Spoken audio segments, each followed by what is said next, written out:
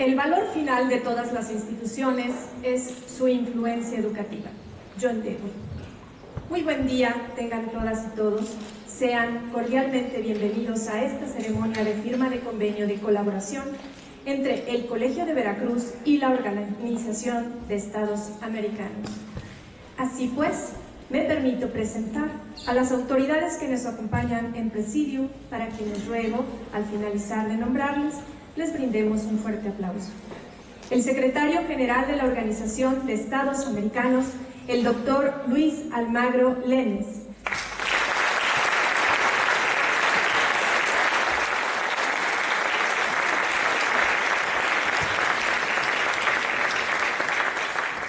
La rectora de la Universidad Veracruzana, doctora Sara Ladrón de Guevara.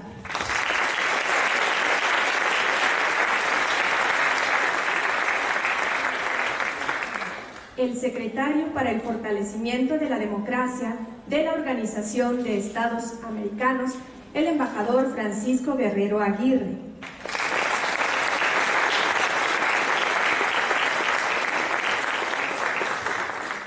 El delegado de Relaciones Exteriores en el Estado de Veracruz, el embajador Anselmo Sanata Cázares.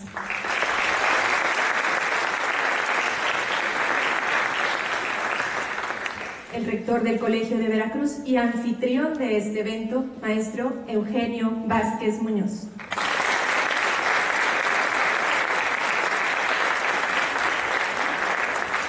Estamos muy complacidos de este lleno total y deseamos agradecer gentilmente la presencia de todas las autoridades, académicos, alumnos e instituciones representadas en cada una y cada uno de ustedes. Para dar inicio, es momento de ceder el uso de la voz al rector del Colegio de Veracruz, quien dirigirá un mensaje de bienvenida. Con nosotros el maestro Eugenio Vázquez Muñoz.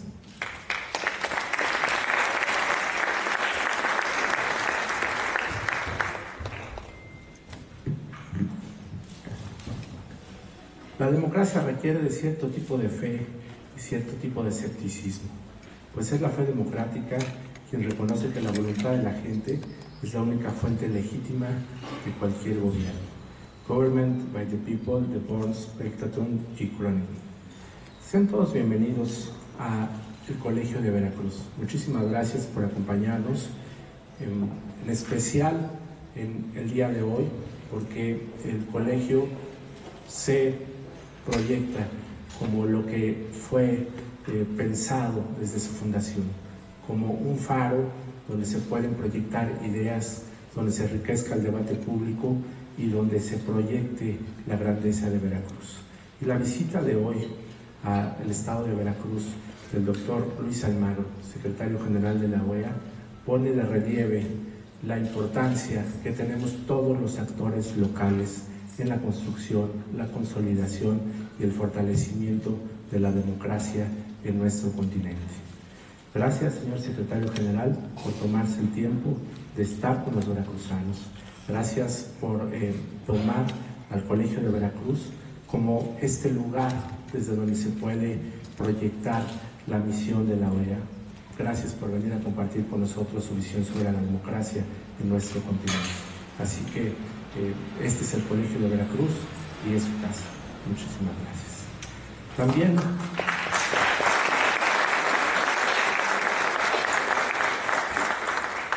agradezco siempre el papel solidario, el papel de respaldo de la señora rectora de la Universidad Veracruzana. Un orgullo, alma mater de muchos de nosotros, y es de verdad la Universidad Veracruzana la que ha acogido al Colegio de Veracruz desde el inicio de su administración. Doctora, muchísimas gracias. Su presencia respalda nuestra convicción de que es a través de la generación de conocimiento, de la generación de ciencia de frontera, como el Colegio Veracruz puede proyectar ese nivel de desarrollo que la Universidad Veracruzana está impulsando para este estado. Gracias, señora rectora, muchísimas gracias.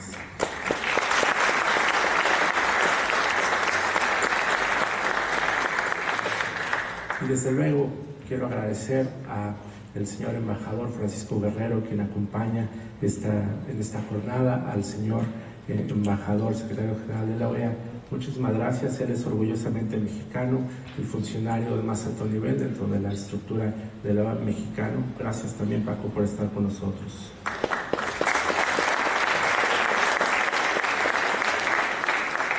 Y desde luego con la representación de la Secretaría de Relaciones Exteriores, de la Cancillería Mexicana, a nuestro delegado Sanata, gracias también por acompañarnos. Bienvenido a tu colegio.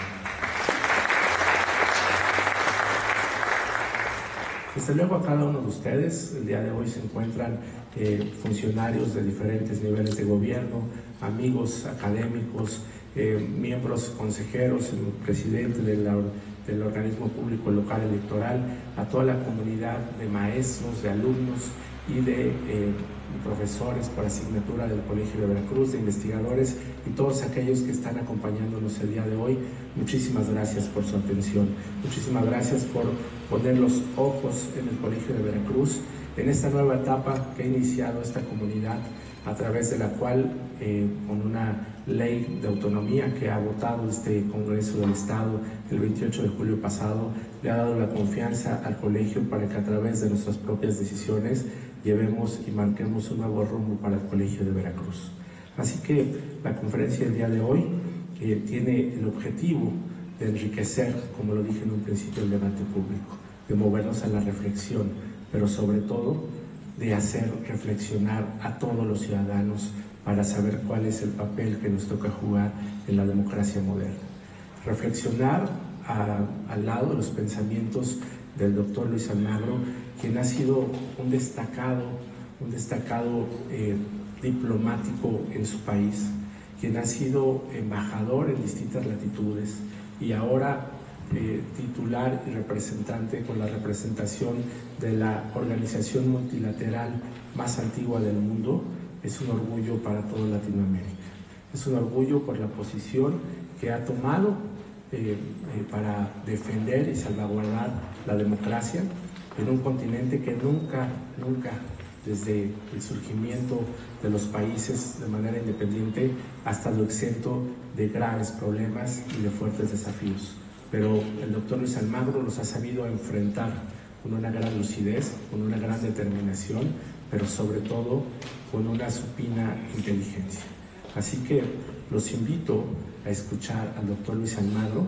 Solamente comentarles que también el otro propósito de la visita de nuestro invitado es que el Colegio de Veracruz pueda integrarse a este circuito de universidades y colegios que firman convenios con la Organización de Estados Americanos para que nuestros alumnos, profesores, investigadores puedan acceder al sistema continental de becas que ofrecen los 34 países miembros de la Organización de Estados Americanos.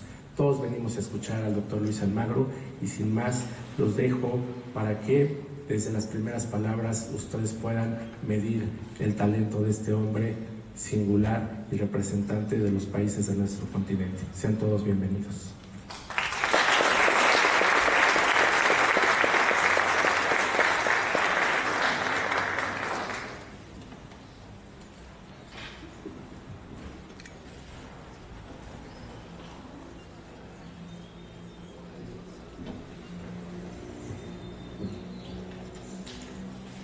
Me permitiré leer una reseña curricular para poder ahora sí ceder el uso de la voz, y esto respalda las palabras que ha resaltado el maestro y podamos todos estar contextualizados.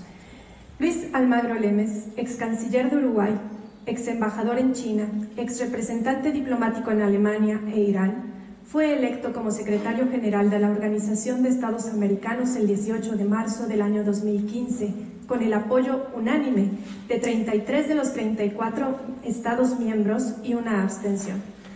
Diplomático de carrera, con extensa experiencia regional e internacional, senador electo en las elecciones de Uruguay en octubre de 2015, ha sido articulador de consensos en la región e impulsor de iniciativas novedosas. Si bien sabemos de su humildad entre sus atributos personales y que por tanto no es amigo de reconocimientos, me permito mencionar, entre muchos otros, los recibidos en el año de 2014 La revista Foreign Policy lo eligió como el pensador global, siendo uno de los tomadores de decisiones de la región, seleccionados por esa publicación para ser receptor de dicha distinción internacional. Y entre las múltiples iniciativas que han dado un nuevo y renovado alcance a los cometidos de los pilares básicos de la organización, quiero citar, por su trascendencia, su iniciativa de sentar las bases de un instrumento de diálogo interreligioso de las Américas, en colaboración con el Consejo Pontificio del Vaticano, como instrumento de entendimiento mutuo en dinámicas de conflicto para promover sociedades más justas, dejando atrás los altos costos de violencia y desigualdad. Desde que asumiera la conducción de la Organización de Estados Americanos y anunciara que uno de los principales ejes de su gestión era más derechos para más gente, ha sido esta la hoja de ruta que viene desarrollando para acercar a la OEA a la nueva realidad y necesidades actuales del hemisferio, contribuyendo de este modo garantizar más democracia, más seguridad y más prosperidad para todos. El uso de la voz. Bienvenido, doctor.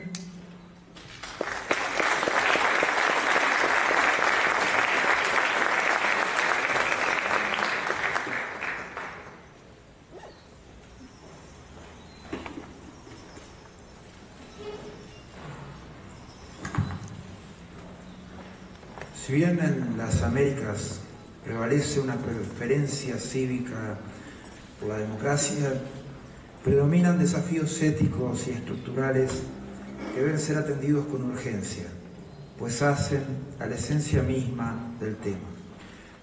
La desigualdad, la brecha de oportunidades, la desafección y confianza de la ciudadanía hacia los partidos políticos y los políticos, la corrupción que aleja a la ciudadanía y sobre todo a los jóvenes de la participación política. En todo ello nos hemos concentrado desde la Secretaría General de la OEA en líneas de acción que hemos venido impulsando para que la sensación de justicia y de más derechos para más gente prevalezca en el entorno de la institución. Como dice Roll, cualquier institución que se precie a lo que debe aspirar es a la justicia. Es cierto, vivimos en un continente donde la democracia es concebida como la mejor forma de gobierno, como el sistema ideal de resolver la forma pacífica las disputas de la sociedad y para que los ciudadanos jueguen un papel protagónico a la hora de tomar las decisiones que afectan su futuro. Nadie, salvo anecdóticas excepciones, proclama un sistema alternativo de gobierno a la democracia, más allá de que en varios países los valores democráticos esenciales son violentados de una manera u otra. La OEA, lo hemos señalado, es para nosotros la mejor organización internacional multilateral, no solamente porque ha venido desarrollando una tarea permanente desde su fundación en 1890 con la Unión Panamericana, sino porque tiene un acervo excepcional para el mundo y para el continente lo hace tan especial.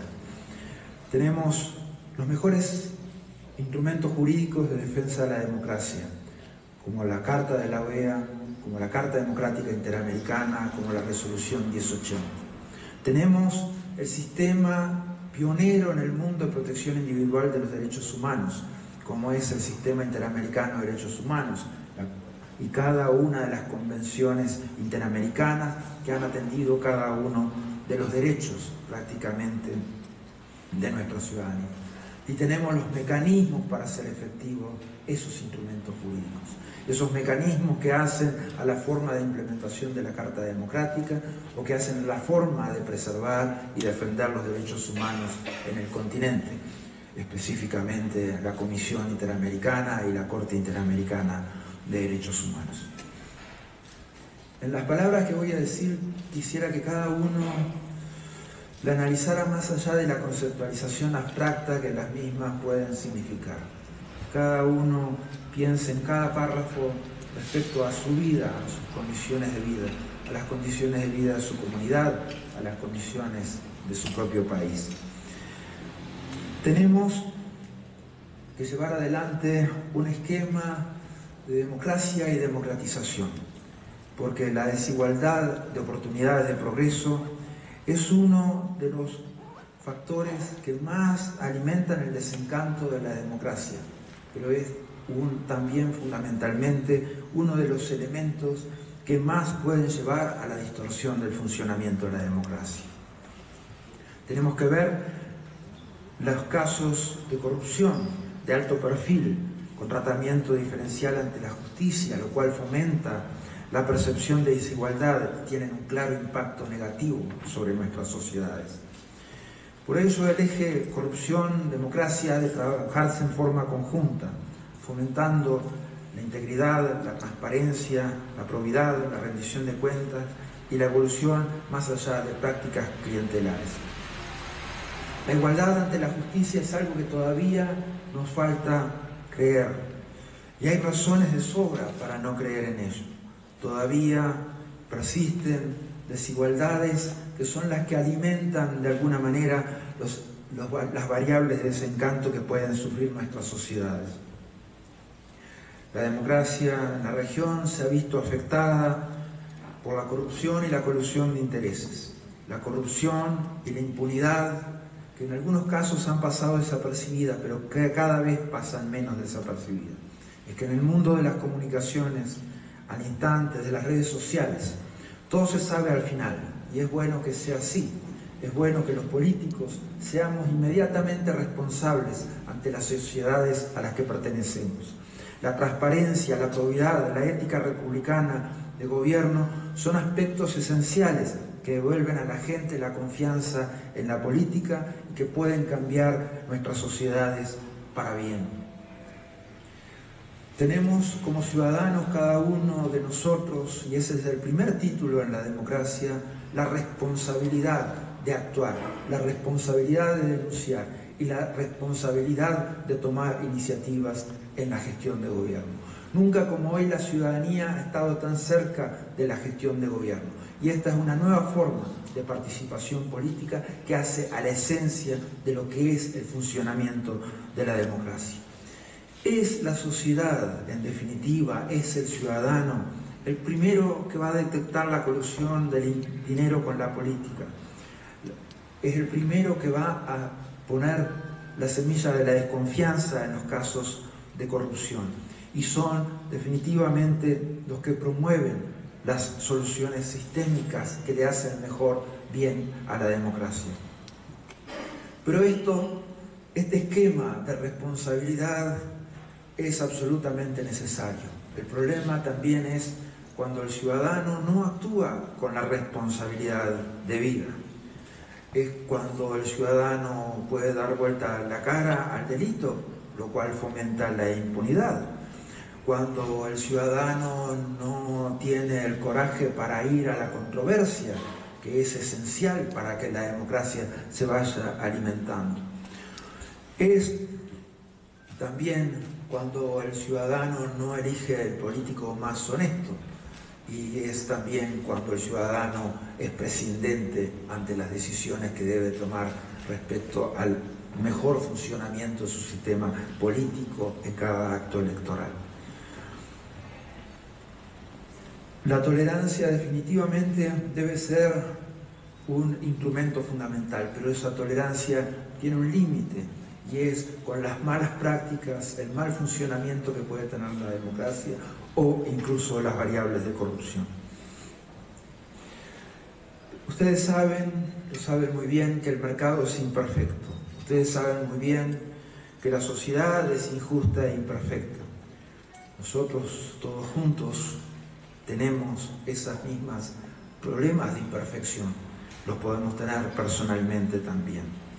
Los sistemas políticos, democráticos, son también imperfectos y muchas veces injustos. Hay que mejorarlos día a día, hay que trabajarlos día a día, para que no se transformen en rituales, para que no se transformen en prácticas mecánicas, sino que se transformen en ejercicio de inteligencia de los ciudadanos y de la propia probidad de los ciudadanos trasladada a la probidad de la política. Tenemos que buscar las soluciones que la población demanda y que la clase política debe responder. La democracia es el mecanismo para hacer el mercado menos injusto e imperfecto, para hacer a la sociedad menos injusta e imperfecta. Pero todos los días tenemos que trabajar en esto. Todos los días debemos hacer y construir variables de la política que nos den justicia. Descontento político, económico y social viene generando protestas populares para expresar su malestar, con un sistema que no termina de dar solución a acuciantes problemas, pero el sistema democrático debe poder articular las diferentes demandas de los ciudadanos, si no, no es un funcionamiento democrático. No debe articular solamente la de los más poderosos y de los que tienen capacidad de hacer lobby, de los que tienen capacidad de hacer presión o de generar tensión en el sistema político, sino que la democracia, el objetivo fundamental que debe perseguir es de ser incluyente y que es el camino para resolver los conflictos sociales. La confianza en las instituciones, que cuando se estancan o empeoran, la conflictividad social aparece en alza. La construcción de sociedades más incluyentes y participativas, a pesar de coyunturas desfavorables, es lo que pasa en todo nuestro continente. Debemos ser aquellos proactivos para generar las soluciones políticas a los principales problemas que puede enfrentar una sociedad. Obviamente que es nuestro esfuerzo defender la democracia como sistema, pero más aún debemos demandar transitar a la democracia como forma de vida. El apoyo a la democracia en la región como forma de gobierno es prácticamente el 68%. Es prácticamente la misma cifra que era en el 2004. Esto a pesar de que buena parte de los países gozaron de un periodo de prosperidad. Esto quiere decir que también la democracia tiene perdedores y que definitivamente las soluciones deben apuntar a resolver esas situaciones de pérdida que pueden haber en una sociedad. Los partidos políticos, que deberían ser la base fundamental de la democracia, se encuentran en el medio de una clara crisis de confianza a nivel de la población de las Américas, con un nivel de aprobación del 32.3%. Sí, no es casualidad que la política tradicional se haya visto invadida por outsiders, muchos de ellos enarbolando banderas más estridentes o discursos sectarios o discursos que incitan al odio. El caso de los outsiders en la política han apuntado a temas en los cuales pretenden que un discurso discriminatorio pueda tener réditos políticos. Creemos que el caso específico de Donald Trump en Estados Unidos es muy claro al respecto. La confianza en los congresos y el sistema judicial nos sube del 50% en la última década. Por un lado tenemos mejores y más sólidos procesos electorales y por otro lado tenemos un desencanto de la ciudadanía con la política. Cerrar esa brecha y mejorar el nivel de legitimidad y participación es esencial para que la democracia se fortalezca. De la democracia esperamos más y exigimos más. Los ciudadanos y ciudadanas de las Américas quieren más oportunidades para el progreso.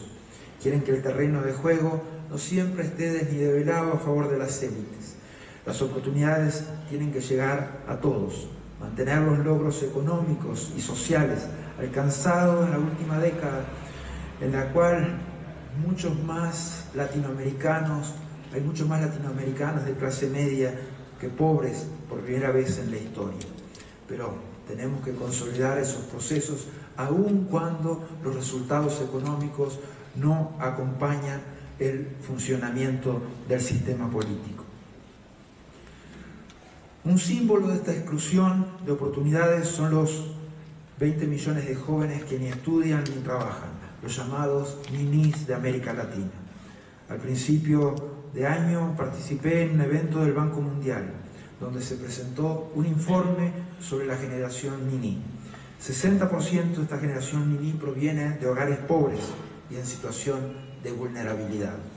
Son jóvenes que no han tenido las oportunidades que todos deberían tener para arrancar más o menos igual, para tener el mismo esquema de oportunidades en nuestras sociedades. Son 20 millones de pruebas de la crueldad, de las fallas estructurales, de la marginación, de la desigualdad y de las barreras a la movilidad social. Ese es uno de los temas que no se pueden ignorar. Si queremos hacer de nuestra región una más incluyente, donde cada vez más personas tengan más derechos. Nuestra visión de más derechos para más personas es más que un eslogan, es una forma de ver, de sentir, de pensar la democracia. Los retos de la democracia se resuelven con más democracia, más participación y más inclusión. La democracia exige mayor tolerancia política, implica pluralismo, la convivencia pacífica de diversidad de opiniones, diálogo, negociación y acuerdos. En ese contexto, la OEA ha demostrado ser un actor relevante como foro político hemisférico, como el verdadero guardián hemisférico de los principios y valores de la democracia y los derechos humanos en nuestro continente. El campo de nuestra organización, derivado de un proceso realizado por los propios Estados miembros, se concentra en 4 pilares fundamentales: democracia, derechos humanos, desarrollo integral y seguridad multidimensional. Esta es una visión aprobada por los Estados. Dicho proceso ha contribuido a generar una visión estratégica compartida en la organización. Están estrechamente relacionados y se condicionan mutuamente y debemos trabajarlos en conjunto. Sin respeto a la democracia, al Estado de Derecho y a los derechos humanos, no puede concebirse una sociedad justa. El desarrollo integral es condición básica y se ampara necesariamente en el respeto de los derechos humanos. Finalmente, la paz y la seguridad son condiciones previas, necesarias e imprescindibles para la subsistencia de la democracia, el pleno del respeto de los derechos humanos y el desarrollo integral de las sociedades.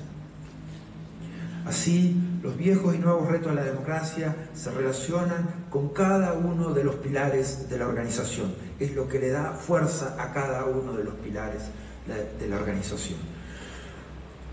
Resolver las fallas de la democracia ha sido uno de los trabajos principales de la organización, de esta OEA.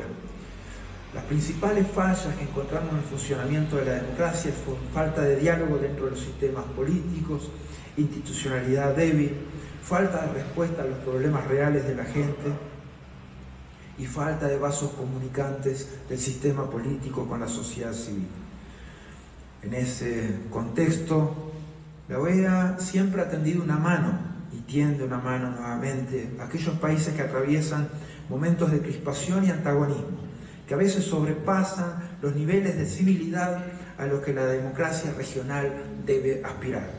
Este caso de la erosión de la democracia en Venezuela y la aplicación del proceso de la Carta Democrática Interamericana a partir del artículo 20 de la misma es para buscar fórmulas para una viable salida democrática a la crisis del país. La organización ha realizado esfuerzos en otras situaciones críticas, como es el proceso de diálogo entre Belice y Guatemala, por el último un diferendo territorial en nuestro continente, las dificultades entre República Dominicana y Haití por la cuestión migratoria. Hemos participado en procesos electorales a lo largo y ancho del continente. Somos facilitadores de procesos de diálogo en algunos de los países de la región. La OEA, en definitiva, debe ser la fuerza de la democracia y de la ampliación de las libertades políticas y derechos humanos en las Américas. Respecto a estos principios, no hay un camino de neutralidad, no hay una variedad de grises. El otro día me preguntaban respecto a mi situación de imparcialidad en la crisis venezolana. Yo señalaba que sí, que definitivamente he sido imparcial y objetivo en el análisis de los hechos en Venezuela, pero neutral no lo puedo ser nunca, porque yo tengo principios y valores fundamentales dentro de la organización. los contenidos en los artículos 3 y 4 de la Carta Democrática Interamericana, los contenidos en cada una de las convenciones interamericanas de derechos humanos. Y esa es una causa que siempre debo abrazar y que siempre debo ponerme del lado de la gente cuando está sufriendo una situación de violación o de falta de respeto o de no promoción o de simplemente de deterioro de las condiciones de funcionamiento democrático del sistema o de su protección de derechos humanos. No debemos exigir nunca menos de la democracia. Para ello contamos con esos compromisos anteriores de cada uno de los Estados miembros. Dentro de la OEA, la promoción y fortalecimiento de la democracia se afianzó en la década de los 90 con la aprobación de la Resolución 1080 y el Compromiso de Santiago de 1991. El hecho más significativo ocurrido dentro de la organización en materia de democracia posteriormente fue la aprobación de la Carta Democrática Interamericana en 2001. Es reconocido como el instrumento interamericano más completo promulgado hasta ahora para la promoción y fortalecimiento de los principios, prácticas y culturas democráticas entre los estados del continente. Para nosotros, la verdadera Constitución de las Américas. Hasta 2016, el capítulo de la Carta Democrática fue invocado 10 veces. En 7 casos se aplicó de manera preventiva para evitar el escalamiento de crisis políticos e institucionales que podrían haber puesto en riesgo procesos democráticos, el legítimo ejercicio del poder y derivar en rupturas del orden democrático. En otros 2 casos, la Carta se aplicó en momentos considerados como ruptura del orden democrático. Y recientemente, y por primera vez, la Carta se aplicó en función del procedimiento establecido en el artículo 20. Los casos van desde Venezuela en el 2002-2004, Nicaragua en el 2005, una solicitud del presidente Bolaños, en el cual, en medio de una crisis que se inició tras las negativas del presidente de publicar una reforma de la Constitución por un problema entre el Poder Legislativo y el Ejecutivo, y la misión acompañó el diálogo político que derivó en la aprobación de la Ley para la Estabilidad y Gobernabilidad del país. En Ecuador, 2005, el secretario general de la OEA, en respuesta a una solicitud del gobierno de Ecuador, estableció una misión especial para acompañar el proceso de selección de los integrantes de la Corte Suprema de Justicia. En 2008, la actuación en Bolivia se dio a pedido del presidente Morales, con el objetivo de facilitar el diálogo con la oposición durante los enfrentamientos que se generaron en torno a la nueva constitución política. En Guatemala, 2009, que se presentó el asesinato del abogado Rosenberg y se quiso responsabilizar de su muerte al presidente Álvaro Colom. Hubo una decisión fuerte de la OEA en ese sentido. En Paraguay, en el 2009, que la OEA se puso a disposición del gobierno para promover la gobernabilidad democrática del país. En Honduras, 2009-2010, respecto al quiebre institucional que afectaba al presidente José Zelaya. En Ecuador, 2010, que cuando se repudiaron los hechos y expresaron respaldo al gobierno constitucional del presidente Rafael Correa. En Haití, 2010-2011, ha pedido el gobierno de Haití. Venezuela, en el 2016 específicamente, que es el caso más presente y que ustedes tendrán conocimiento. En cuanto a la prevención y resolución de conflictos, ha estado en diversas partes del continente. La promoción de una cultura de diálogo ha caracterizado la labor de la OEA en relación a los diversos conflictos que podían haber en la región. La OEA también se ha trasladado a un trabajo de estar cerca de las comunidades. Ese trabajo cerca de las comunidades tiene que ver con la misión de acompañamiento al proceso de paz en Colombia, como el trabajo que hacen los facilitadores judiciales en Centroamérica y algunos países de Sudamérica, como es de conocimiento.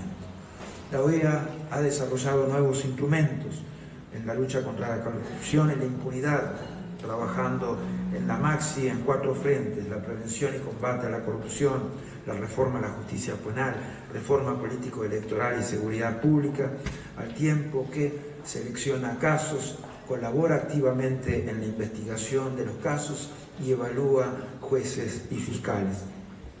Se trata de abatir la corrupción y la impunidad reinante.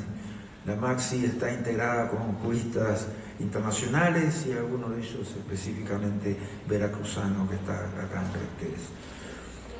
En definitiva, la OEA nunca se ha ocultado ante los problemas, ha asumido cada uno de los casos, ha asumido cada una de las situaciones de crisis que pudieran haber en el continente. Hemos, en toda la región y específicamente también en el caso mexicano, hemos estado dispuestos a construir más protección de derechos humanos y mejor democracia. Eso que significa que la democracia sea viva y pujante, que responda a las demandas de la ciudadanía, esa democracia que es tarea de todos, pero especialmente de los jóvenes, que los veo sentados por allá atrás en esta sala, que han de ser quienes se irán portando los estandartes de una democracia integral en lo político, económico y social, que contribuya a mostrarle a la realidad del mundo que definitivamente este es el mejor sistema de gobierno. Gracias y quedo abierto a las consultas que ustedes quieran formular.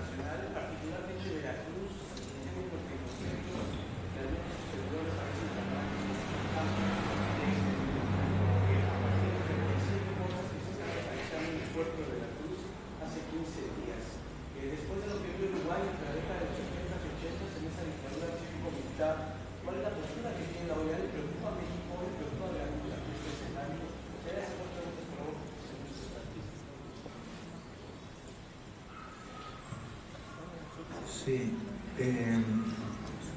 específicamente fue el gobierno de Venezuela quien solicitó mi renuncia durante la última Asamblea General de la OEA llevada a cabo en Santo Domingo. Muchos más venezolanos pidieron que me quedara y uno siempre le hace caso a la mayoría.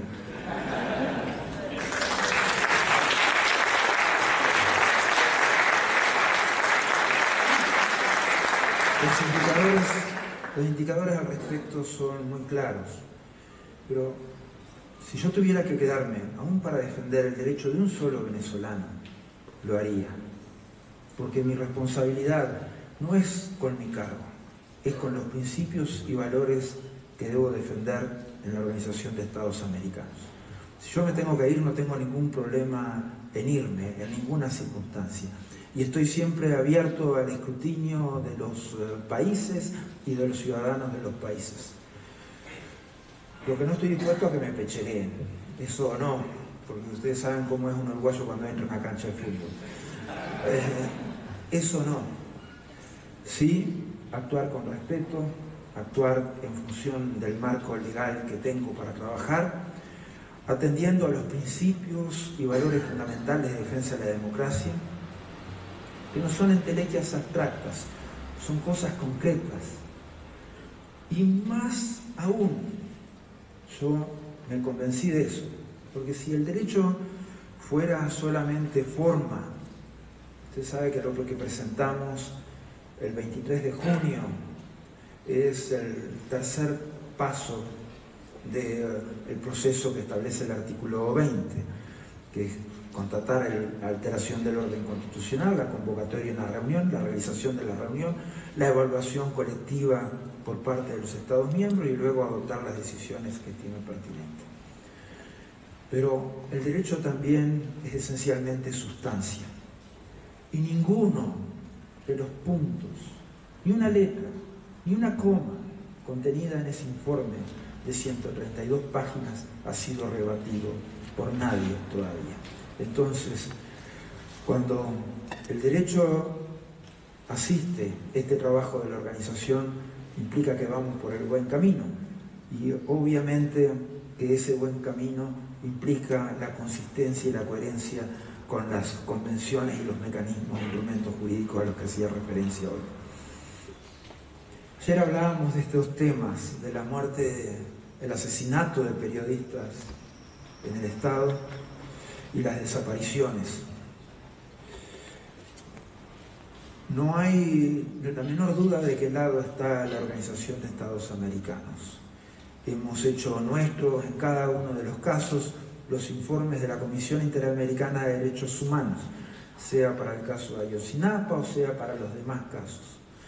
México es probablemente el país que tiene ha acumulado más comunicados en este tiempo respecto a violaciones de derechos humanos. Ahí con Estados Unidos prácticamente. Y eso definitivamente es una preocupación, es la necesidad de encontrar soluciones y esperemos que cada desaparecido sea encontrado.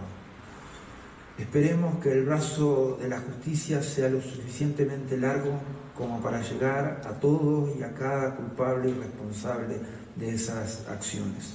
Esperamos también que esa responsabilidad sea en definitiva la que mueva los motores de la política para que la justicia impere y para que los principios elementales a los que debemos recurrir cuando pasan casos como estos, memoria, verdad, justicia y no repetición, sean plenamente vigentes en México.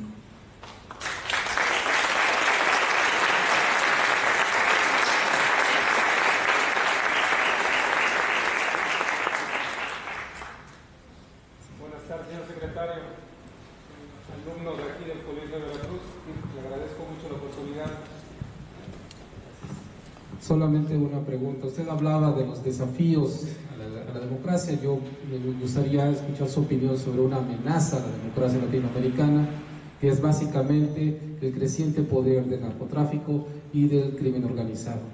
Me gustaría en concreto plantear una pregunta sobre si la OEA tiene alguna posición acerca de la nula, la errática, la muy discrecional política o estrategia de Estados Unidos para limitar el creciente flujo tanto de capitales como armas hacia al sur del continente y que lo cual nos está dañando mucho.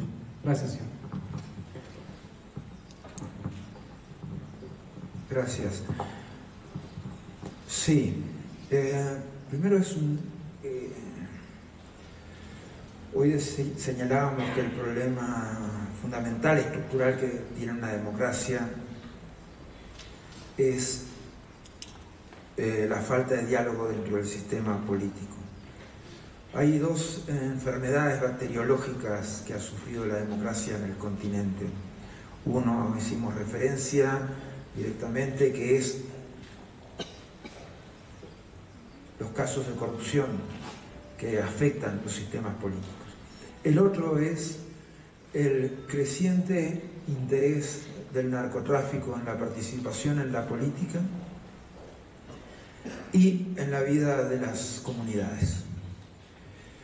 Debemos, obviamente, adoptar los instrumentos que impliquen reducir las capacidades de acción y de poder del narcotráfico. Algunos de ellos son muy claros y tienen que ver con variables de seguridad y de represión respecto a actividades delictivas como esta. En otros casos tienen que ver de cortar los circuitos o los vasos comunicantes que puedan haber entre el narcotráfico y los sistemas políticos de los países. Específicamente respecto a la selección de candidatos y respecto también a la financiación de partidos políticos o de campañas electorales de candidatos, a todos los niveles. Las leyes de financiamiento de partidos políticos y las leyes de financiamiento de campañas electorales creo que son los pasos fundamentales, esenciales en este contexto para limitar esos accesos y esos vasos comunicantes de dinero, esencialmente, entre el poder de la política y el poder del narcotráfico. Brindar seguridad a los ciudadanos como para denunciar estas cosas es esencialmente otro de los elementos claves. Y políticas claras en cuanto al lavado de dinero también forma parte de estos esquemas. La OEA ha tomado líneas de acción en cada uno de estos casos, con una ley modelo para el financiamiento de campañas, la creación de un departamento de crimen organizado que permita mejores condiciones de seguridad y trabajar esas condiciones de seguridad a nivel de vida comunitaria. Y como organización debemos desprendernos de las conductas erráticas que pueden tener los países al respecto. Lamentablemente el narcotráfico significa esencialmente, en los esquemas sociales, significa dinero. También el narcotráfico significa, en muchos casos, lamentablemente, condiciones de vida de la gente a nivel comunitario. Nosotros lo que vemos es que muchas veces los intereses de los países, y no solamente de Estados Unidos,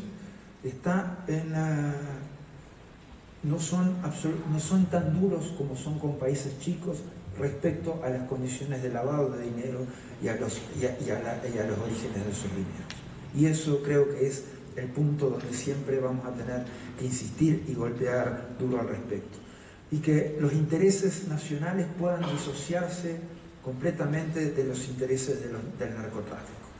Y que también los intereses del comunitario, de la vida en comunidad, puedan disociarse del narcotráfico. Y esto es importante a nivel político, porque algunos de los estados en el continente no han tenido la capacidad de llegar a cada uno de los ciudadanos y a cada una de las comunidades con soluciones.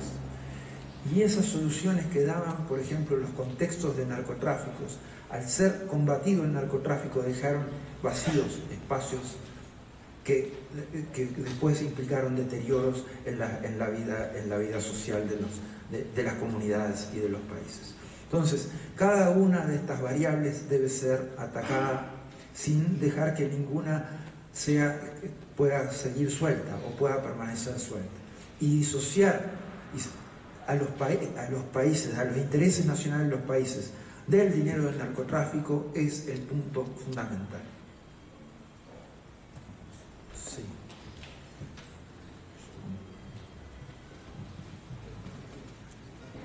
Allá hay otro y acá hay otro.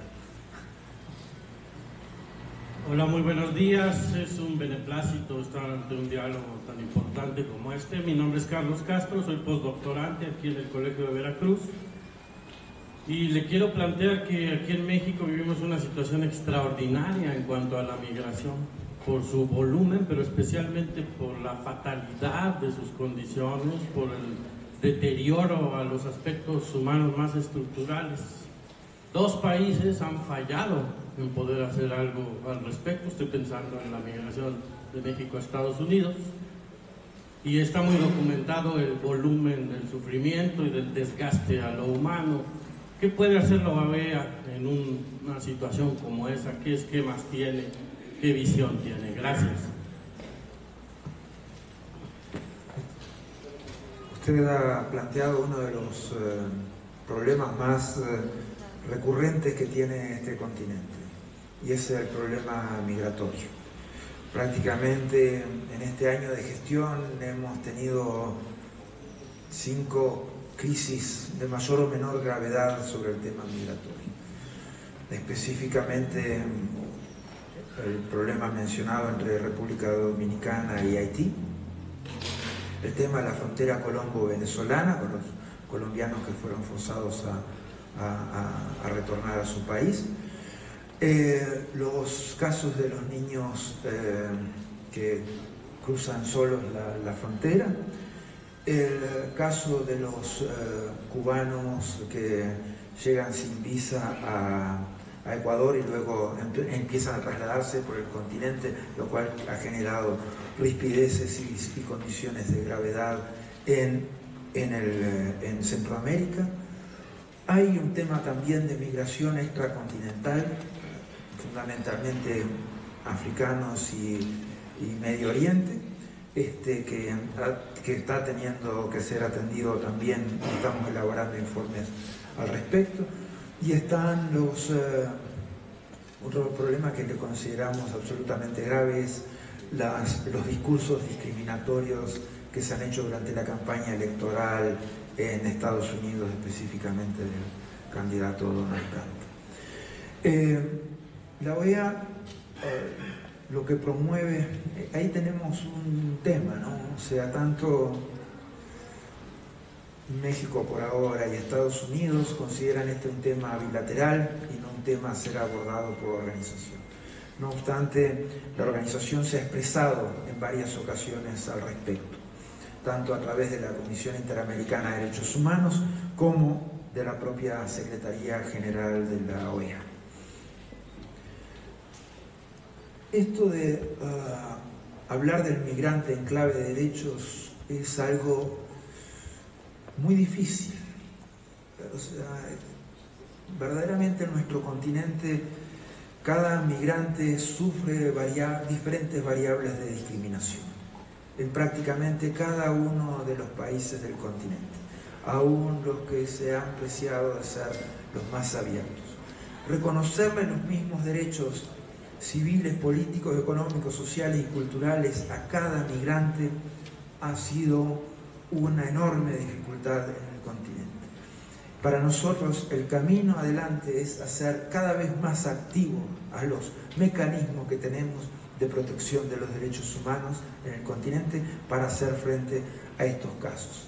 Para mí es algo absolutamente prioritario y en ese sentido ustedes han visto que este año la Comisión Interamericana de Derechos Humanos ha visitado la zona de frontera entre México y Estados Unidos y ha sido muy clara en cuanto a las violaciones de derechos humanos que ocurren en la misma.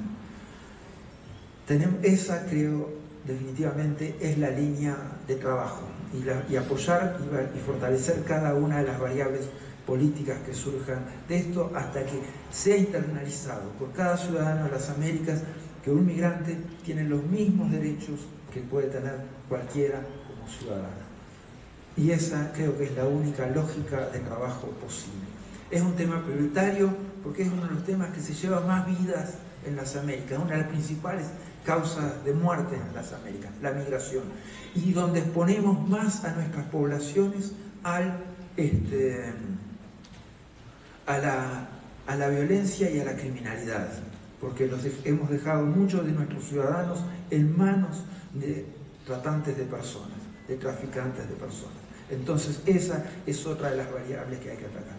Y la variable definitiva, porque ustedes ven un continente que en diferentes niveles tiene condiciones muy fuertes de subdesarrollo, en muchos casos, con muy fuertes niveles de pobreza. Y tenemos ahí en el mismo continente a la principal economía del mundo. Entonces, uno de los aspectos fundamentales para mejorar estas condiciones es resolver las condiciones de vida de la gente en sus comunidades, como señalaron, dándoles seguridad en muchos casos, como en el Triángulo Norte, y dándoles perspectivas económicas y de desarrollo que hoy lamentablemente siguen sin tener.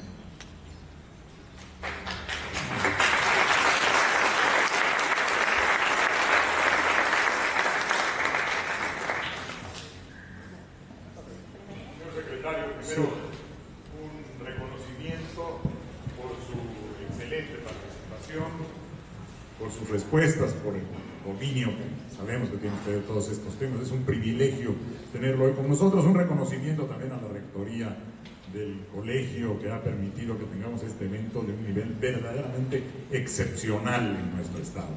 Y una pregunta, creí escuchar que la situación del número de expedientes o reportes, o como se denomine, respecto de derechos humanos que se reciben en relación con México es más o menos similar al de los Estados Unidos. Me gustaría saber si es así y en su caso, ¿cuáles son esos temas de lo que ocurre en esta materia en los Estados Unidos y cuál es la actividad de la OEA al respecto? El número de comunicados de México en el año anterior fue superior al de Estados Unidos. El número de denuncias por violaciones de derechos humanos fue superior en Estados Unidos que en México, o sea, en términos gruesos. Los problemas principales que tiene Estados Unidos van desde, hoy acabamos de hablar de uno, que es el tema migratorio. El que tenemos hoy sobre la mesa son los casos de violencia y de asesinatos de población afrodescendiente por fuerzas policiales en Estados Unidos. Ese es uno de los casos principales que tenemos que atender. Y después están todos temas vinculados a derechos sociales, a derechos políticos, a derechos económicos, de una forma muy transversal a la misma que se dan en nuestros casos. Pero lo más emblemático en este momento tiene que ver con migración y tiene que ver con situación de población afrodescendiente.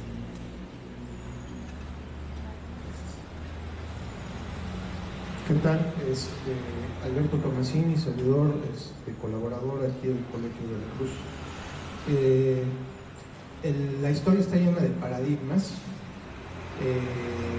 sobre todo en materia de derechos humanos. Podemos citar varios ejemplos, entre ellos la cuestión esta del reconocimiento de derechos entre naturalismo y positivismo. En la medida en que los derechos se reconocen, terminan positivizándose y terminan pues, limitados por las propias leyes. La experiencia europea, que yo creo que es muy enriquecedora para nuestro caso, dicta una serie de problemáticas que se han estado viviendo. Decimos más derechos, lo cual en un principio pues, yo estoy completamente de acuerdo, dada la historia que tenemos de regímenes despóticos, de regímenes pues, autoritarios aquí en América. En concreto, muchos de los amigos que tengo en Europa hablan del estado fallido, del welfare state, donde se han concedido tantos derechos, donde los estados no es posible que los puedan salvaguardar. Lo vemos directamente en Grecia, lo vemos en Francia ahora con la cuestión esta de las migraciones musulmanas, lo vemos en muchos otros lados. Yo quisiera preguntarle de una manera muy concreta, ¿cómo piensa usted en este sentido? Es decir, sí, más derechos, pero ¿cuál es esa justa medida para conservar ese Estado de Derecho y, por otro lado, brindar esa protección de los derechos humanos a las personas? Muchas gracias. Los derechos humanos que hemos mencionado durante esta presentación están más bien vinculados a la dignidad de la persona y por lo tanto los mismos son esencialmente anteriores incluso al reconocimiento que pueda hacer la ley sobre ellos. Y hay, lamentablemente, en nuestro continente todavía imperan muchísimas variables de discriminación, muchísimas, demasiadas. Nuestro continente hoy es el continente más desigual del mundo. lo cual ya de por sí es un mal punto de partida para la democracia y mal punto de partida para el ejercicio de derechos. Los derechos no llegan a todas las personas igual. Y todavía hoy podemos ver cómo ciudadanos en las Américas son discriminados por su raza, son discriminados por género, son discriminados por su orientación sexual, son discriminados por su religión, son discriminados simplemente por vivir en zonas rurales o lejanas de las capitales, a los cuales los servicios nunca llegan o llegan mal. Entonces, yo creo que nosotros todavía no estamos en una fase que podamos denominar de retroceso de un welfare, de un estado de bienestar. Todavía nos falta mucho por hacer para eliminar toda forma de discriminación y para eliminar variables de desigualdad. Mientras tanto, creo que tenemos que actuar con hipótesis de máxima, de aspirar a que cada ciudadano vea sus derechos protegidos y aspirar a que los nuevos ciudadanos encuentren nuevos derechos en esta dinámica de vida social que cada vez es más rica y que tiene que ver en algunos casos con derechos vinculados a la tecnología y algo a las nuevas formas de participación ciudadana, a la apertura al conocimiento y a la información, a las necesidades de responsabilidad ante la corrupción, ante los derechos propiamente ambientales, hoy también cada vez más evolucionando hacia transversalizaciones que en temas de salud y en temas de derechos humanos, con las condiciones ambientales que se tienen que vivir. Entonces, mi opinión es esa, que debemos hoy, en el continente más desigual de todos, tenemos que aspirar a mayores y mejores variables de democratización, que tenemos que luchar por eliminar cada variable de discriminación que haya en el continente y que ojalá que algún día tengamos un estado de bienestar del cual nos cansemos, pero que primero tenemos un larguísimo camino para llegar a él.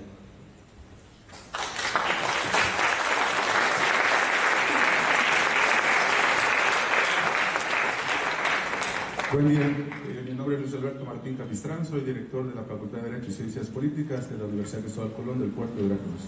Bienvenido a Veracruz, secretario Almagro. En este país hace mucho tiempo hemos estado intentando construir democracia. Al parecer los avances han sido poco, no obstante que hemos trabajado mucho en ello. Pareciera que damos 2 pasos adelante y retrocedemos 3. Veracruz tampoco es la excepción en este tema. Nos hemos olvidado de situaciones fundamentales. Nos queda claro lo que usted hoy dice, los problemas democráticos se resuelven con más democracia.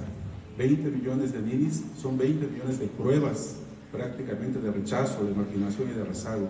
Sin embargo, en México, o el caso México, se nos ha olvidado construir ciudadanía. Parecería que las políticas públicas han excluido este tema y por lo tanto no hay democracia que avance, no hay democracia que pueda ser incluyente si no tenemos ciudadanía. Hoy estamos construyendo planes, estamos haciendo políticas públicas. En el 2018 implementamos un modelo educativo para todo el país. ¿Qué tenemos que hacer desde su visión generalizada para que podamos implementar programas, políticas públicas que construyan ciudadanía? Porque una vez construida la ciudadanía, seguramente podremos trabajar de mejor manera en lo que es el verdadero concepto de la democracia.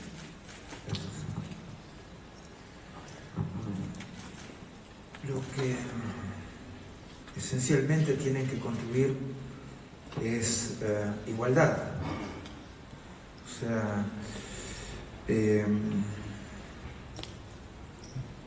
es muy difícil para hablar de la igualdad en términos abstractos con la cantidad de pobres que hay en México. Es muy difícil hablar de democratización y de desconstrucción de ciudadanía cuando la misma no llega de forma equitativa a todos. Construir igualdad y construir acceso a derechos, porque a veces los derechos están ahí, pero la gente no tiene el camino para llegar a esos derechos, no tiene la manera de plasmar y hacer realidad esos derechos en su vida. Entonces, las recomendaciones esenciales son esas respecto a la ciudadanía. Si la ciudadanía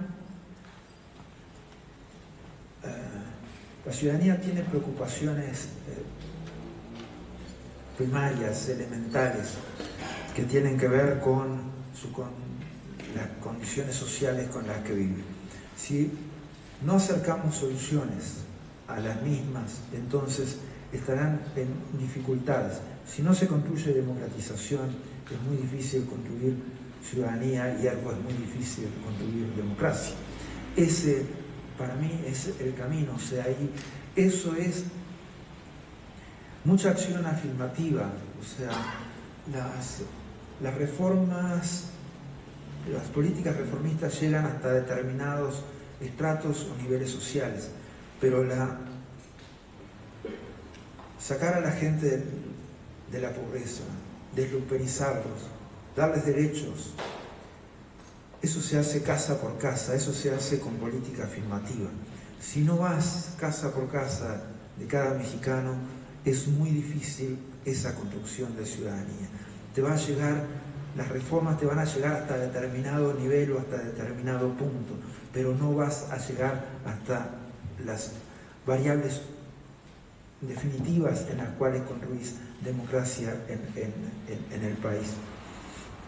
Entonces, es eso, o sea, es contar los derechos que tiene cada persona, no en abstracto, sino en su realización práctica, en la vida, en cada día. Si esa persona cuando se levanta puede pensar en la democracia y puede pensar en quién va a votar y puede pensar en las denuncias de temas comunitarios, o tiene que pensar en otra cosa que es cómo sobrevive ese día. Entonces, estas son cosas que definitivamente México tiene que atacar para que la democracia permee hasta el último rincón del país y llegue a todos los ciudadanos del país. No hay otro camino, el acceso a derechos y la equidad.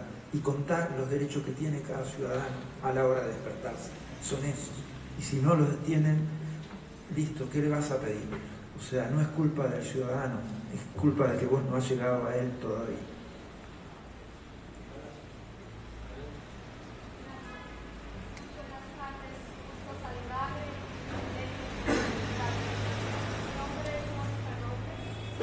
Al Congreso Local del Estado. Yo quisiera hacerle una pregunta relacionada. Recientemente en el Congreso se aprobó una reforma constitucional para garantizar la vida desde el momento de la concepción hasta la muerte natural.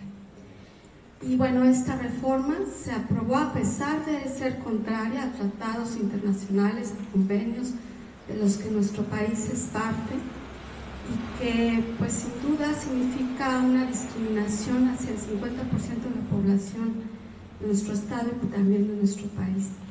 Además de que esta reforma fue impulsada directamente desde la jerarquía eclesiástica. El día de la sesión estaba ahí lleno de monjas y sacerdotes y bueno, la postura ha sido abiertamente por parte de la jerarquía para impulsar este tipo de reformas.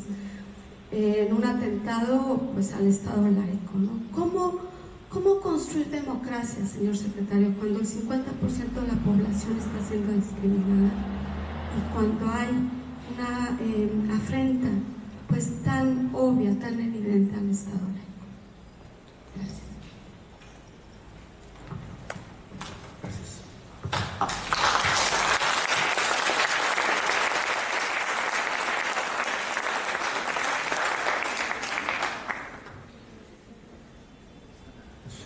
Usted ha planteado uno de los problemas políticos fundamentales que tienen hoy nuestras sociedades, que tienen variables de discusión filosófica y discusión religiosa. Y eso obviamente hace el contexto de la discusión muy amplio. Yo creo, o sea, las variables de defensa del Estado laico es bueno que sean defendidas en la democracia. Y sin terminar de opinar sobre la reforma constitucional a la que usted hace referencia, porque no la conozco en detalle y en lo posible siempre trato de abstenerme de hablar de lo que no conozco puntualmente y exactamente bien. Sí, tengo que decirle que ese es un tema en el continente. Hoy hablábamos de una de las principales causas de muerte en el continente, que es el tema migratorio.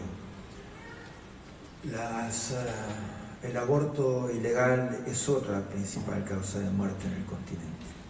Se lleva año a año decenas de miles de mujeres, lo cual en términos de pérdidas humanas, que deben ser nuestras prioridades, es muy alto y es muy fuerte. Nuestros países en el continente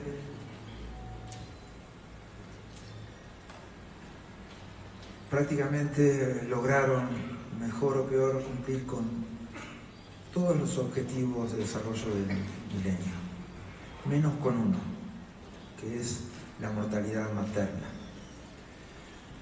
Yo el otro día teníamos una conferencia en la Organización de Estados Americanos, una presentación en el Consejo Permanente sobre la situación del FICA.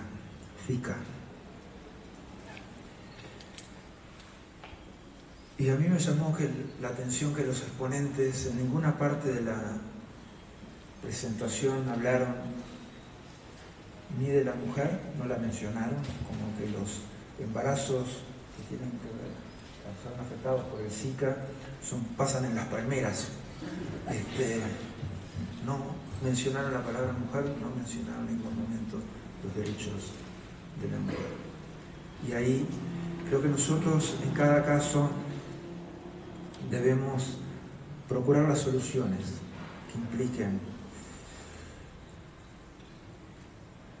alejar de la exposición de nuestra gente, de nuestras mujeres, de nuestra sociedad, de las mesas de aborto ilegales que matan miles de personas al año. Garantizar los derechos de acceso a salud de las mujeres. Garantizar los derechos de salud pública, los servicios de salud pública en los temas de salud sexual y reproductiva. Creo que esas son variables de acción imprescindibles en nuestro continente hoy.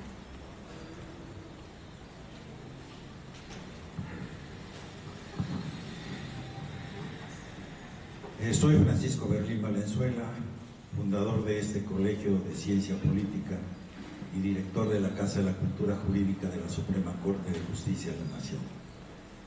Señor secretario, le ruego me disculpe por algunas opiniones hechas con un espíritu crítico constructivo.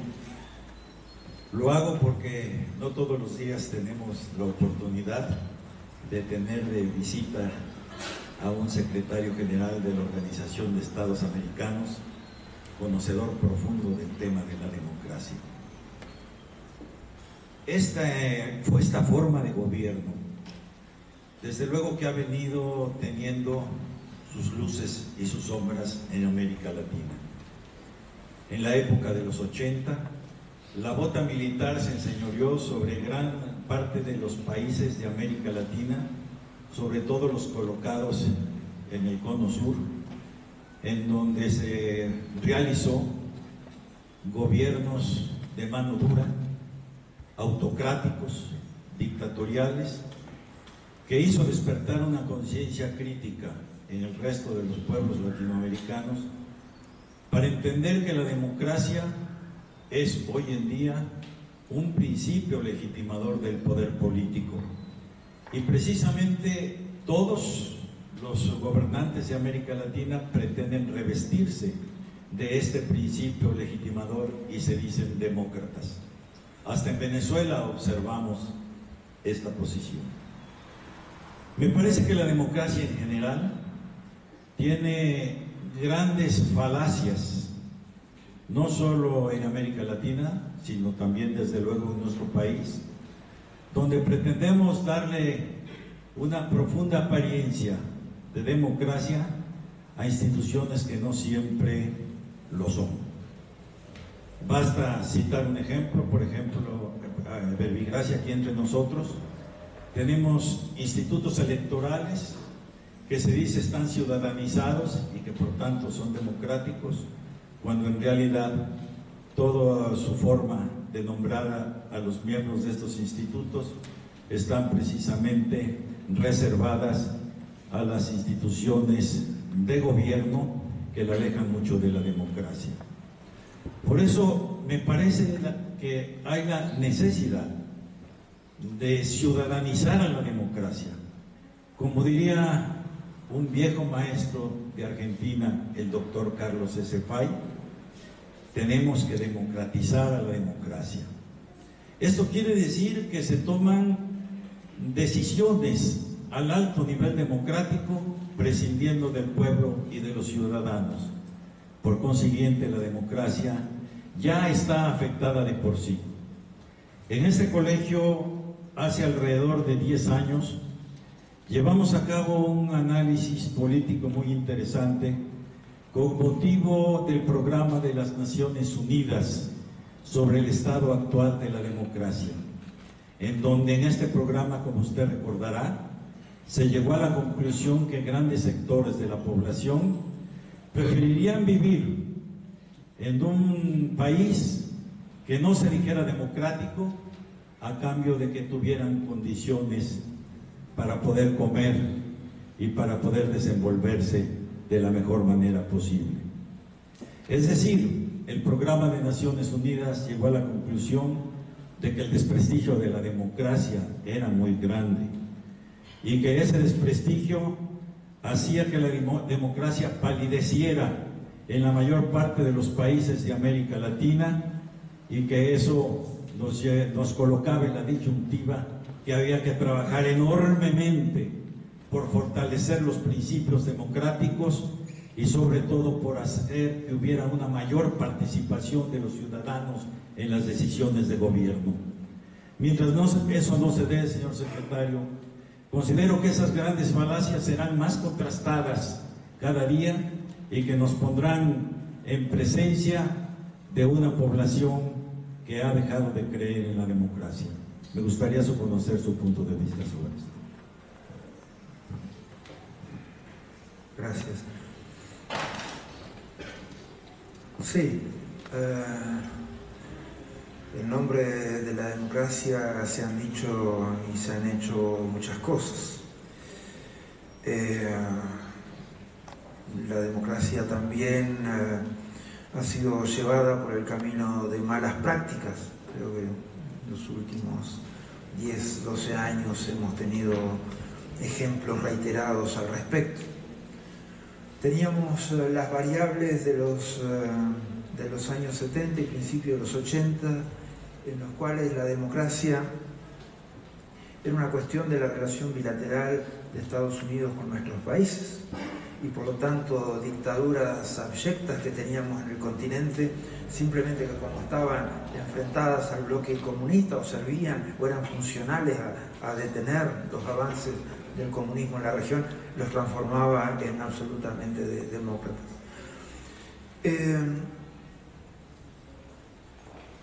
Hoy la protección de la democracia es mucho más sistémica y está basada en principios. Si usted repasa los artículos 3 y 4 de la carta que mencioné hoy de la Carta Democrática Interamericana, es muy clara respecto a los elementos esenciales de la democracia y los elementos fundamentales de la práctica de la democracia.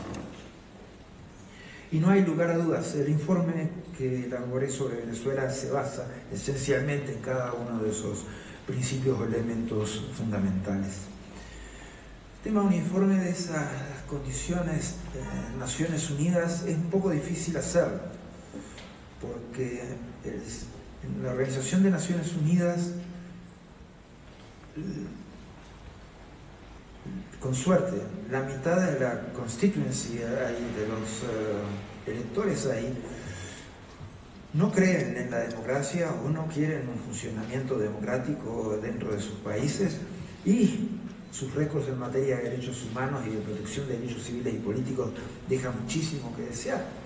O sea, por eso hoy señalaba la responsabilidad que tenemos de la Organización de Estados Americanos, porque tenemos los instrumentos jurídicos de protección de la democracia y los mecanismos para hacer efectiva esa protección de la democracia. Y a mí, hoy la primera pregunta tenía que ver con un pedido de renuncia de mi cargo. Y yo no voy a ser contrastado con ningún cargo. Yo voy a ser contrastado con los principios y valores que tengo que defender en función de los documentos y del acervo que tiene la Organización de Estados Americanos. No forma parte de nuestro trabajo cuidar el cargo, no aparece en ninguna de las competencias que tiene el secretario general. Las competencias que tiene el secretario general tienen esencialmente que ver con las libertades fundamentales, la libertad de expresión, el ejercicio del poder conforme al Estado de Derecho, el respeto de derechos sindicales, la necesidad de la probidad republicana, de la transparencia y de la rendición de cuentas. Y esas son las cosas que, si somos consecuentes y las ponemos sobre la mesa y las defendemos, van a dar resultados positivos en el mediano plazo, por lo menos. Creo que tenemos la responsabilidad de actuar en consonancia con ello. Es más fácil quizás para el secretario general de la Organización de Estados Americanos hacer eso que para los países. Países tienen que remar mucho respecto a sus intereses nacionales cuando toman decisiones políticas sobre eso.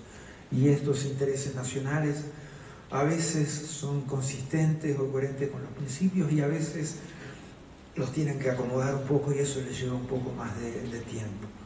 Creo que debemos ser ejecutivos y debemos ser completamente coherentes a la hora de defenderlos, y que ese es el camino que hay para adelante. Y tener tolerancia cero con las malas prácticas, tener tolerancia cero con la lumpenización de la política en el continente, tener tolerancia cero cuando los países, a fin de llamarse pragmáticos, incurren en esas contradicciones con la democracia.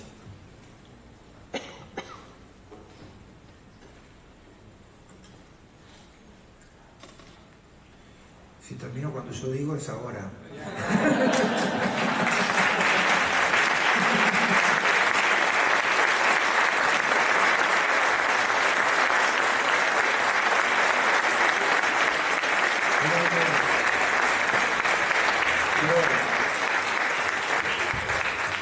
Quiero felicitarlos por esta casa.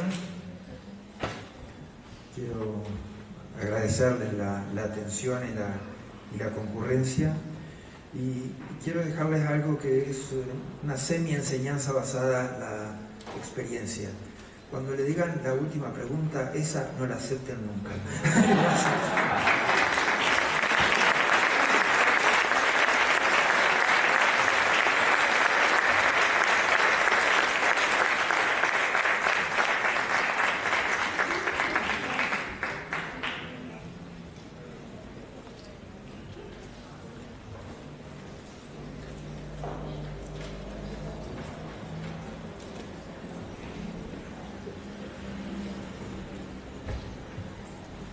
Muchas gracias, doctor Luis Almagro Lemes. Es momento, dentro de nuestro programa, de dar paso a la firma del protocolo y todos los aquí presentes ser testigos del convenio de colaboración entre el Colegio de Veracruz y la Organización de Estados Americanos.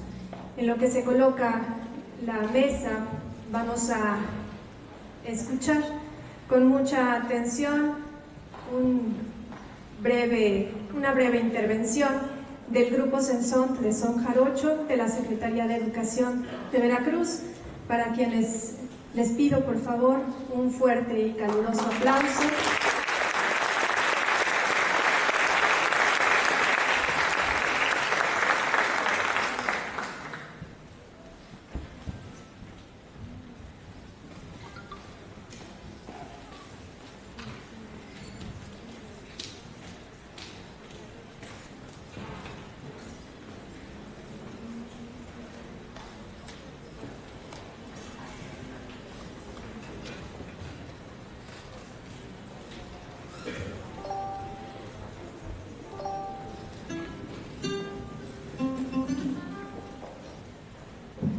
Sí.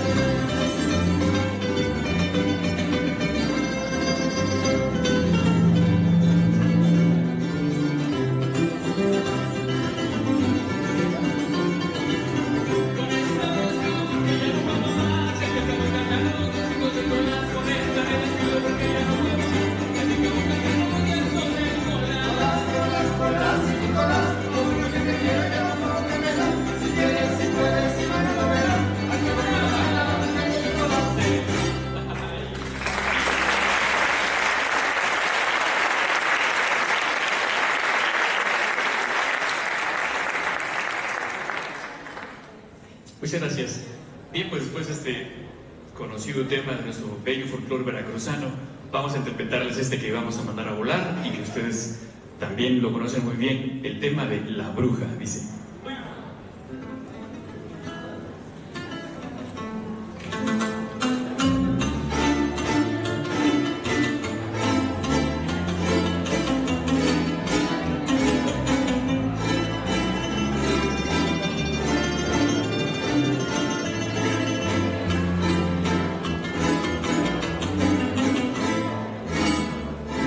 Ay, qué bonito es volar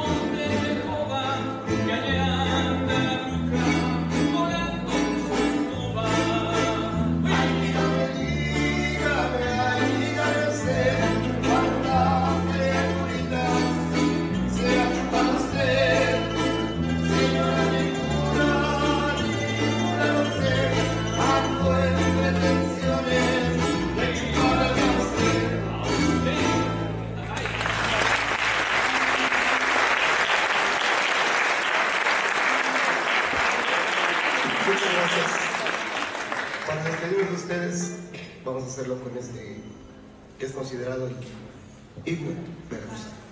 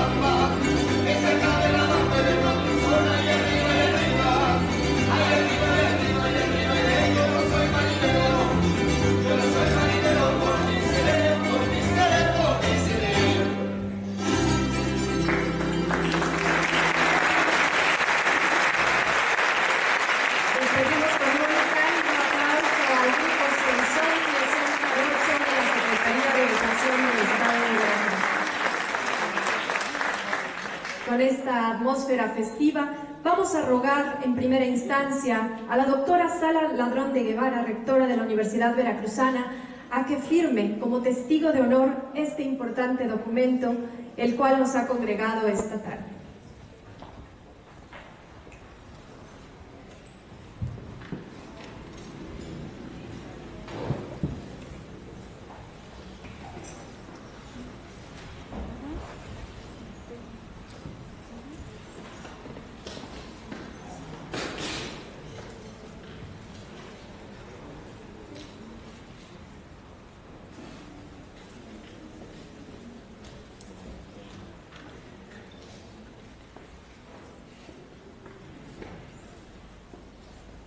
Solicitamos respetuosamente pasen al frente a la firma el doctor Luis Almagro Lemes, secretario general de la Organización de Estados Americanos, y al maestro Eugenio Vázquez Muñoz, rector del Colegio de Veracruz.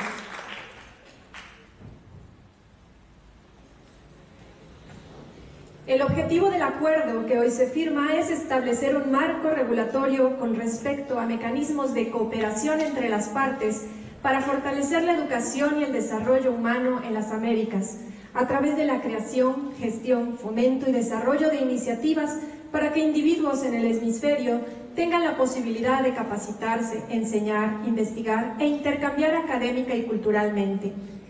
El cofinanciamiento de becas para estudiar en el Colbert y la integración del Colbert, Colegio de Veracruz, al consorcio de universidades de la OEA y a los programas regular de becas académicas para el desarrollo de profesional y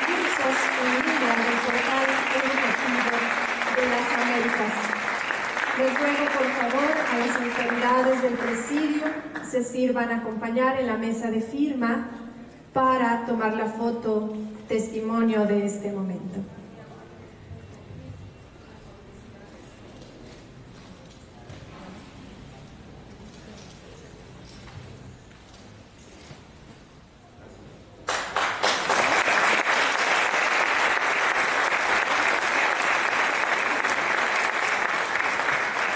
De esta manera damos por terminada esta importante ceremonia, agradeciendo la gentil asistencia de todas y todos ustedes. Buena tarde.